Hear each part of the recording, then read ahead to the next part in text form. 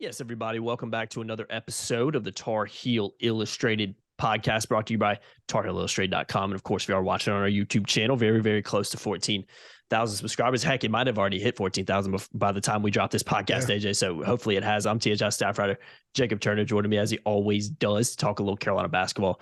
Very own publisher Andrew Jones. And AJ, we got another kind of niche podcast is what I like to call these. We've been running a lot of these over the past couple of weeks. We're hitting on various topics, either surrounding last year's team, the transfer portal, moving ahead to next year, whatever it may be, surrounding the North Carolina basketball program. And this one is going to be focused on Armando Bacot and kind of the importance for him next year to have a guy at the four position that can stretch the floor. Because I think we saw Armando have a really, really good season the year that Carolina made a trip to the national championship game, and who was playing beside him, a really, really good stretch for him. Brady Manick obviously had a good year last year too, but maybe didn't reach the heights at times that it could have if he had a guy beside him that could stretch the floor a little bit more in a team that, you know, could just hit some more shots from that 3 and 4 position from the outside, especially. So AJ, we're going to talk about Jalen Washington, Zayden High a little bit later in this podcast, maybe how they could feed in to this, but I'll just ask you the question I just presented to everybody.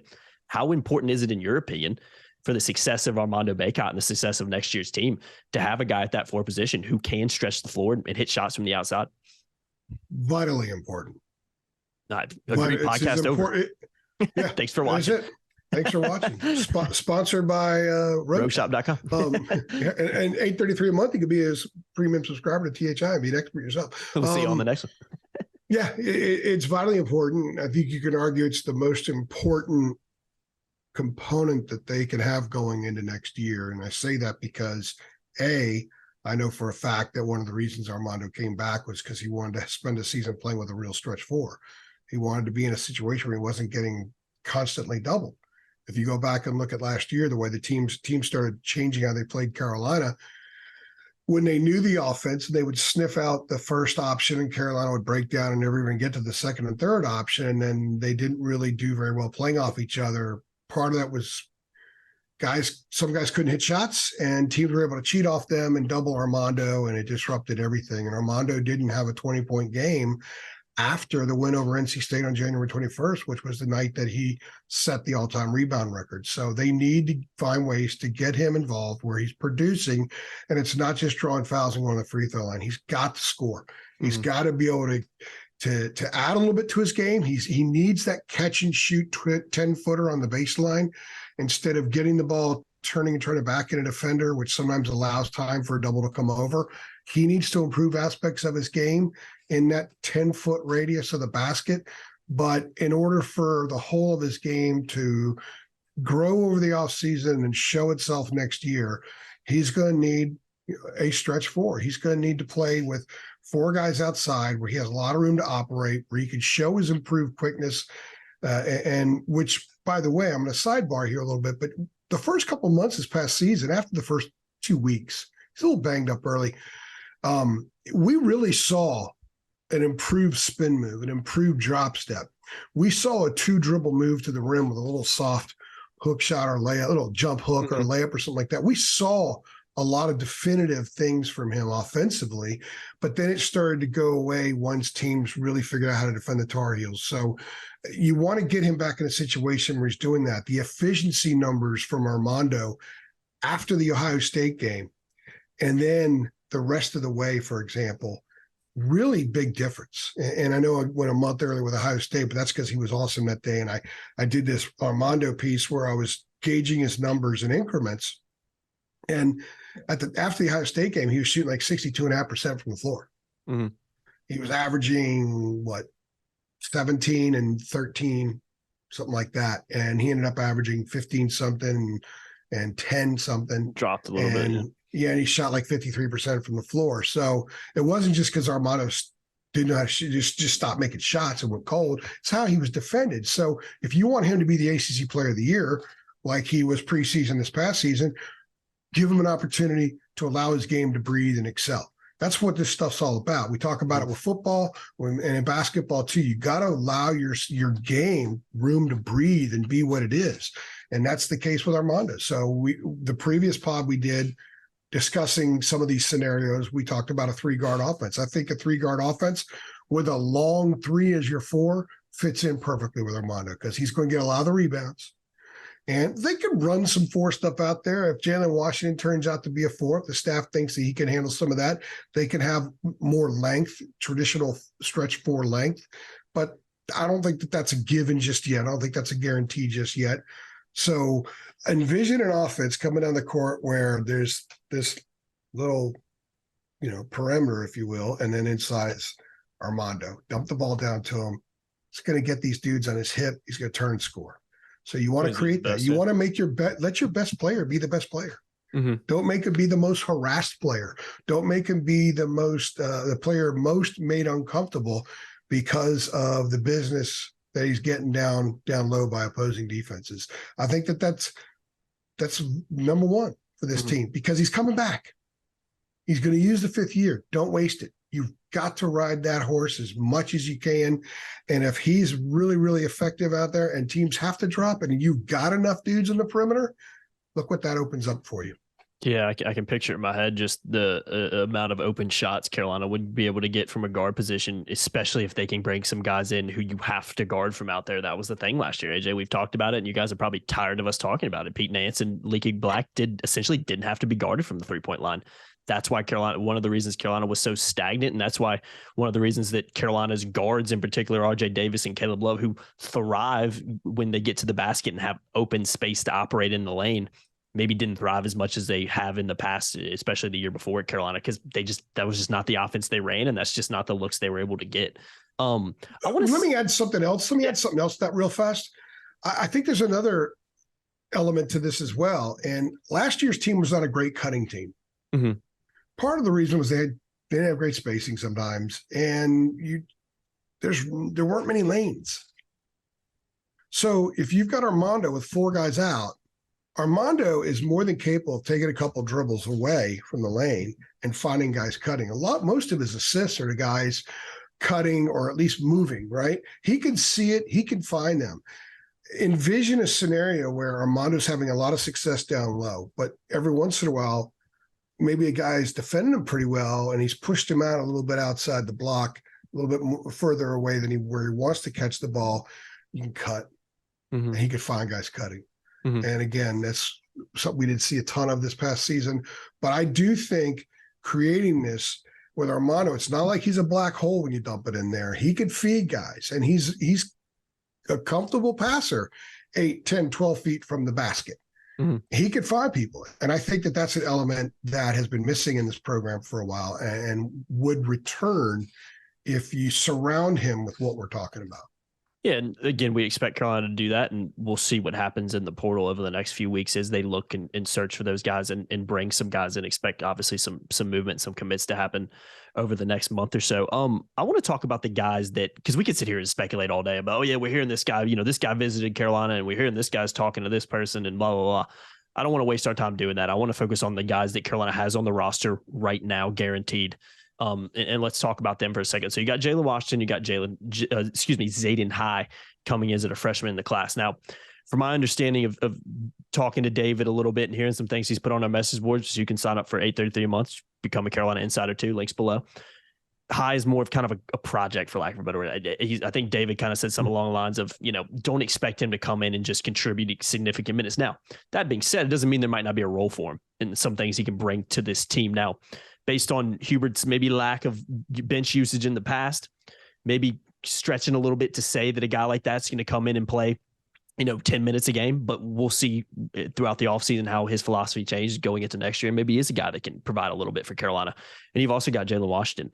I think we've seen glimpses, and obviously he was coming back from injury, had a big injury in high school, obviously worked his way back last year. So I think the benefits of him having a full off season and a preseason healthy, if he can stay healthy, is massive for his development. And you could see a lot more improved Jalen Washington. And more importantly than that, a lot stronger Jalen Washington, as that's the thing he talked about at length last year in terms of just needing to get stronger in the paint to be able to play at this level.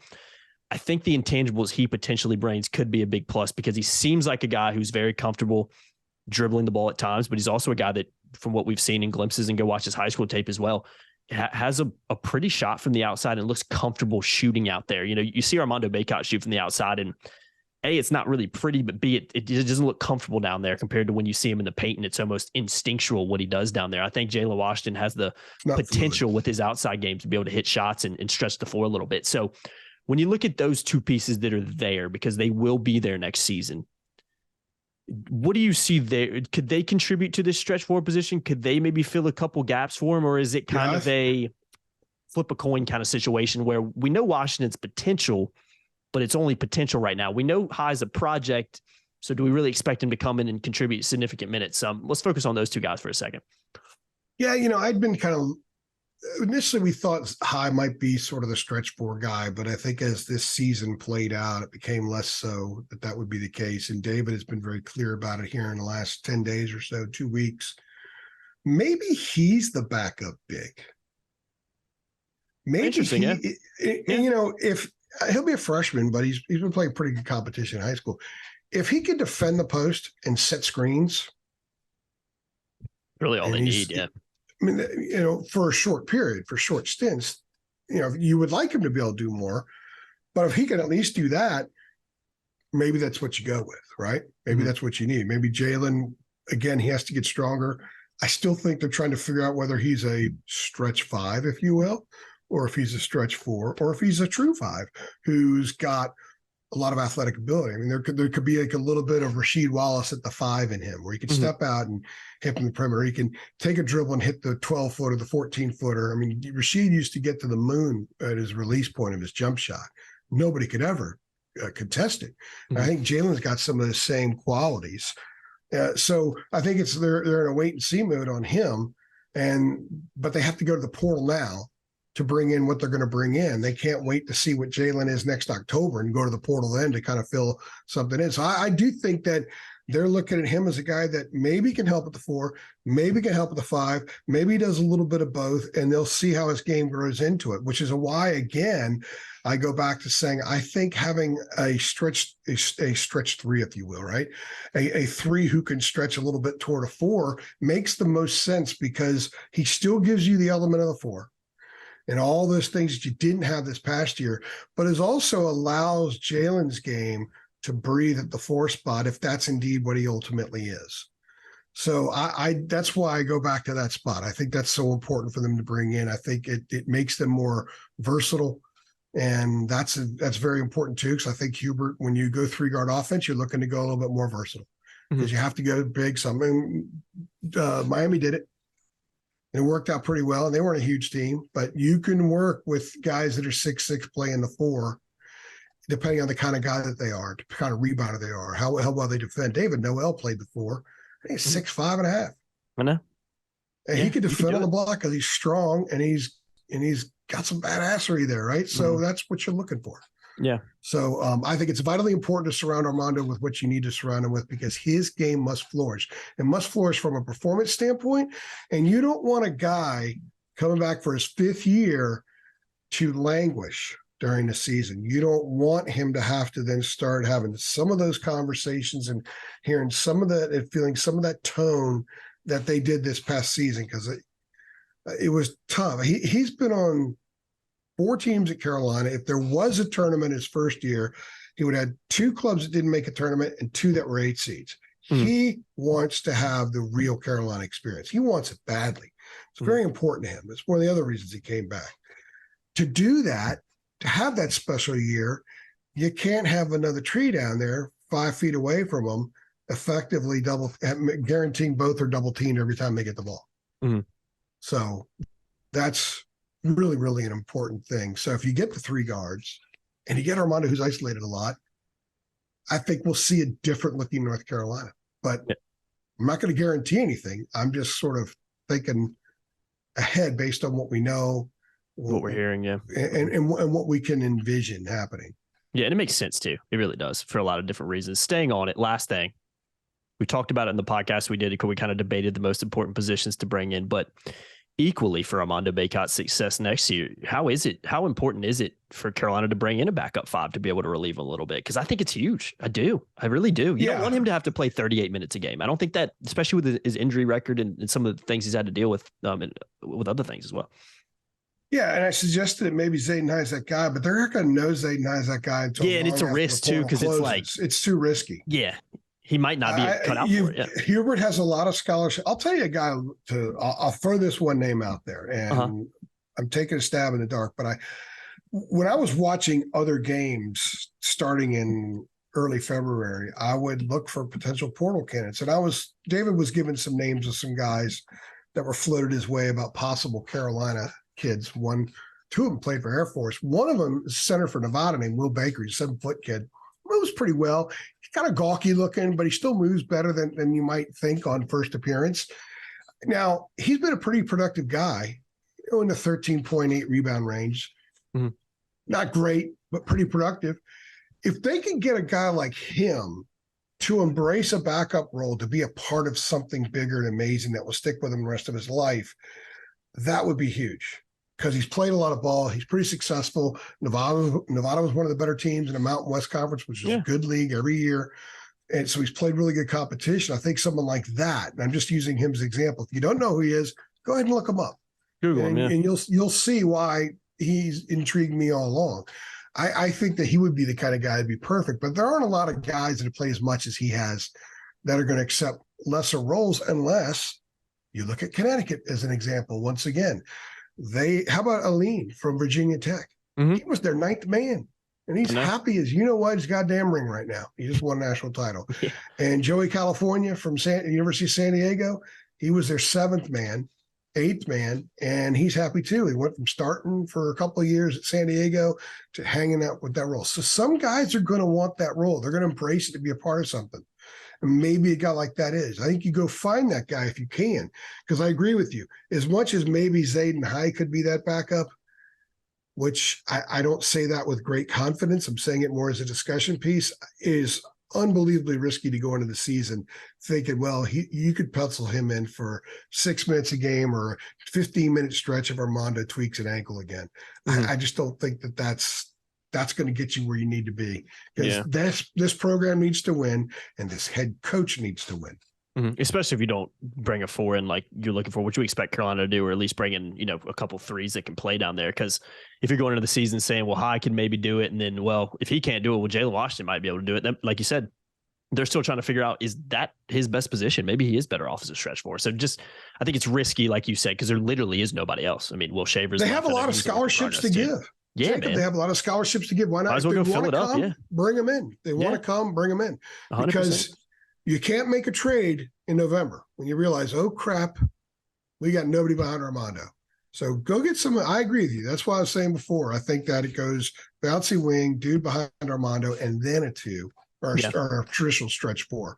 I don't think the traditional stretch 4 is an absolute mandate right now. I think there are workarounds with it, especially like you said with the 3, which we talked about in a previous podcast. Go check that one out as well if you want to hear a little more in-depth discussion on that. AJ, before we exit out, which we are going to do here in a second, I want to give a shout out to our sponsor who we already talked about earlier in the podcast. We'll say it one more time. Check them out, rogueshop.com. Special thanks to them continuing to sponsor us. Specialize in top shelf family grown hemp products, CBD, Delta 8, Delta 9. I think there's even more Deltas out there that I don't have listed right now. Tinctures, oils, gummies, candies, flour, cream, whatever you want, man. I need it on my right shoulder now too. My right shoulder right here has been bothering the crap out of me. You need to order another batch. But I was telling you, my parents love that stuff. Old. They use the cream like it's old. Yeah, like it's. I think I'm just gonna soak myself in the cream every day because I'm getting old and I'm aching everywhere. So it works. It really does. I've got. That's a bad visual. I apologize for that. That's just brutal. AJ's cut off. AJ, we've successfully derailed another podcast, which we've been pretty good at doing if you think about it. I think our derailment numbers have been exceptional in the last few. If derailments are good, we have a high efficiency rating of late. Yeah. Our PFF grade on derailments would be pretty good. God, we'd be best in the country. It'd be like a 92.8. Yeah, you see PFF tweeting it out, AJ and Jacob lead the country in derailments because that's just what they do, man. Derailment efficiency. We've been spectacular at it. So we better get the heck out of here before we take this down even further down the derailment track. I've been Jacob Turner. He's been Andrew Jones. Make sure you check us out, TarHeelIllustrated.com. Come sign up, $8.33 a month. You can be a Carolina insider too. Obviously, the more subscribers we have on there, more revenue we can bring in, the more stuff we can do on the YouTube channel and the website as well. So everybody benefits. It's a benefit for everybody. And we've got a lot of stuff we'd love to do as well. And we'll continue to do throughout the off season and going in to next season as well. Again, I'm Jacob Turner. He's Andrew Jones. Like, share, subscribe, hit that notification bell as well, so you know every single time we upload, and we're uploading a ton this time of year. We'll see y'all in the next one. Appreciate it. Thanks.